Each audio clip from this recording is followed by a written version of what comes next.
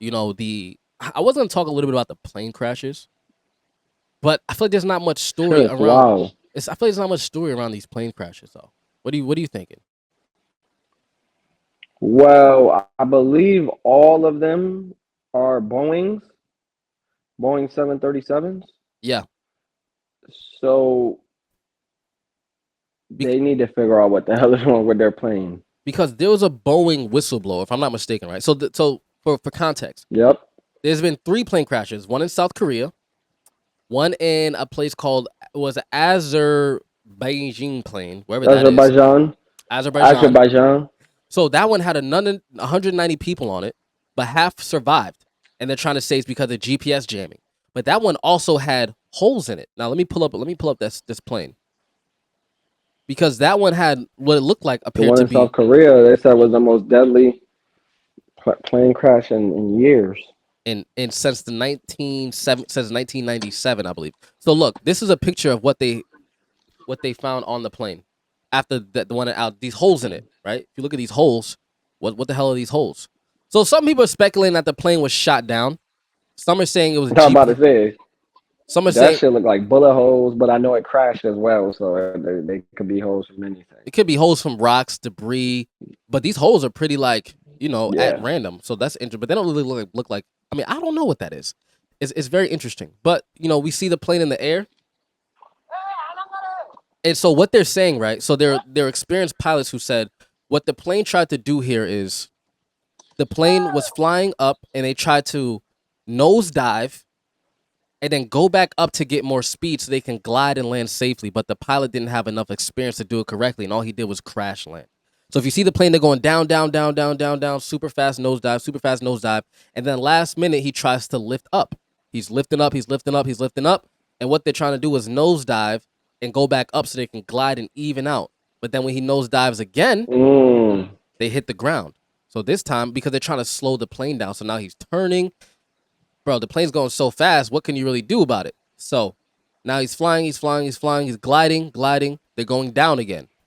Down. Now they're going down. They're turning. He's turning, trying to prepare for a good landing. But it doesn't turn out so good, and they just crash. And the plane just literally blows up. Now, let's go to And South. they got Huh? what is it? What'd you say? They got. It's always so odd to me how they just always have the footage of these planes crashing. Yeah, it was like some bystander just literally watching. I mean, and so when you look at, and then we go to South Korea, right? That should be crazy. We go to South Korea. And then I'm gonna talk about the Boeing whistleblower because there was someone. Because now this is South Korea's plane crash. So they're gliding, they're gliding. Now this guy did a better job, but the landing gear didn't deploy. Look at this, Wow. and it just blows up. Boom. Now, how in the world? Now I think the South Korea one, 179 people died. That's a lot more people compared to the first one. The first one nearly half died, but a lot of people survived, and this one, 179 people just died. Now I want to know if this was a Boeing plane. Yes, it was a Yeah, 737. 730. It's the same plane in every single crash. 737-800. Now this is the one in Canada. Now Canada, they had just an engine failure. Look at this. Now this is scary, bro, because planes. The narrative is that planes are safer than being in a vehicle. Now let me pull up Boeing whistleblower because there was that whole thing coming out where Boeing planes were just not safe, but no one cared. Let me see if I can find the guy. Okay, so yeah, this guy right here. Let's listen to what he has to say. So the FAA's gone in and they've done due diligence and inspections to assure that the door plugs of the 737 are installed properly and the fasteners are torqued properly. But my concern is what's the rest of the airplane? What's the rest of the condition of the airplane? And the reason my concern for that is back in 2012, Boeing started removing inspection operations off their jobs. So it left the mechanics to buy off their own work. So what we're seeing with the door plug blowout is what I've seen with the rest of the airplane as far as jobs not being completed Are you familiar? properly. inspection steps Familiar being with the removed, Robert Brooke? issues being ignored. My concerns are with the 737 and the 787 because those programs have really embraced the theory that quality is overhead and non-value added. So those two programs have really Boeing put a strong 737. effort Yeah. into removing quality So from the process. When I first started working at Charleston, I was in charge with pushing back defects to our suppliers. And what that meant was I'd take a group of inspectors and actually go to the supplier and inspect their product before they sent it in. Well, I'd taken a team of 4 inspectors to Spirit Aerosystems to inspect the 41 section before they sent it to Charleston. And we found 300 defects. Some of them were significant that needed engineering intervention. When I returned to Charleston, my senior manager told me we had found too many defects and he was going to take the next trip. So the next trip he went on, he took 2 of my inspectors. And when they got back, they were given accolades for only finding 50 defects. So I pulled that inspector aside and I said, did Spirit really clean up their act that quick? That don't sound right. And she was. Do you know what that says, bro? That they found 300 defects and they just said, 2 hours and they walk away fixing nothing? what was that guy's name? John Barnett? His name is, let's see here. His name was Because if John that's Barnett. John Barnett, he passed away in March. I think this is him right here. It says, Justin's second whistleblower connected to Boeing has suddenly died at age 45, catching a sudden illness. And, a second whistleblower. So he died as well? So there's 2 people who passed away. Joshua Dean, known for being in good health. Oh, man. Oh, man. Wait, so this guy, what did he say? Let's see. Hold on, let me see. Oh, this is the same guy, John Barnett, again. So he's been whistleblowing for a long time. Every time I'd raise my hand and say, hey, we got a problem here, they would attack the messenger and ignore So the messenger. John Barnett died. Then we also have this Yeah. guy by the name of, what I want to see what he said. I mean, because honestly, bro, this is a big deal that planes are not being properly taken care of. Let me see what this guy has to say about it, because I like this guy. Not alive.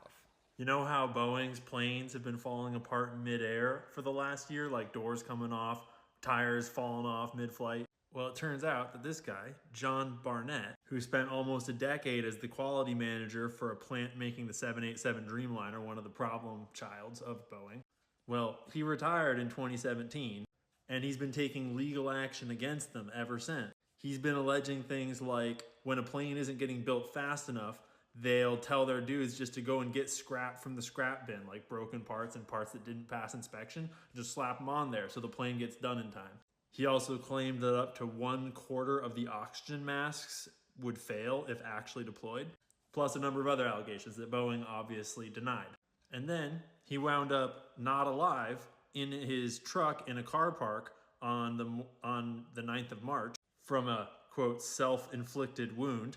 But the spooky part is what he did right before that happened. You know what? Because this is like what you were saying when we were talking about, I think we were talking about I forgot which celebrity you're talking about. I'm not going to get in there because the powers that be, we're not going to disrupt what they got going on. I forgot who we were talking about. And you opted out that combo quick. And I think that, remember we were talking about there's big money involved in a lot of stuff that's bigger than the people. And it's like, someone doesn't want to fuck up that bag. You know what I'm saying? So whether he unalived himself or whatever happened, there's big money. There's big money. I want to say billions. And there's money that's bigger than we think. And it's crazy that their stock is still in the green. So maybe it's not that urgent. Still? Yeah, stock is still in the green. I mean, it's not like it wasn't no major drop off. Doesn't look like there's been any major drop off. A little bit of down, but this is I can't really read this chart. I'm not familiar with this Microsoft Bing chart. But yeah, man. I mean, it dropped from 180. It only dropped $1. It looks like 181 to 180. Nothing too crazy. But when I think about this stuff, right, it's like, why are they still comfortable sending people on these planes? Somebody has to make money. That's my question. But I don't think they can just redo a whole new plane And because you know how airports work, right? So airports have landing Why don't they fees. just fix them? I don't know, bro. I guess clearly it might take too long. You know, I mean, I look at it like, so in software, like the same reason why the airport, they can't update their computer system because there's so many flights every day to shut down all of air traffic and re-put a whole new system in. Who knows how long the airlines would have to be down to do that? We had a whole 2 years. What, when airplanes were just not flying at all? We had at least 6-7 months during COVID. See, they probably weren't expecting that when nobody was flying. But it would take a long time to Nah. put a whole new system, fix all the planes. There's big money in airports. You got your landing fees, you got your gate fees. Bro, there's so much money in flying that, and then the systems are so old and outdated. Air traffic control, bro, they can't really afford to put a new system in and have, imagine it mid-air collision because they're dealing with new software. You got to train people on it. So like You some know what's stuff you next, can't right? fix. Huh? What? You know what's next? What? The Tesla plane. I think so. I highly, honestly see that coming. I see that coming. I think there's no stopping Elon with what he wants to do. That man owns this country. He's the oligarch. Nah, literally, he literally is one of the greatest minds. But I mean, with Boeing, man, I think that what they're doing is crazy. But I think we'll see what's next for Boeing. I mean, it makes you not want to fly. But it's also like, how many plane crashes? I mean, clearly the one in South Korea has been the only one since the 1997 or something like that, or the 1970s, whatever. One of those was the 7. But it's been a long Yeah, a time. lot of people died in that one. A lot of people, but it's been a long time. You know, luckily the one in Canada was just like an engine failure, and they seem to have made it back.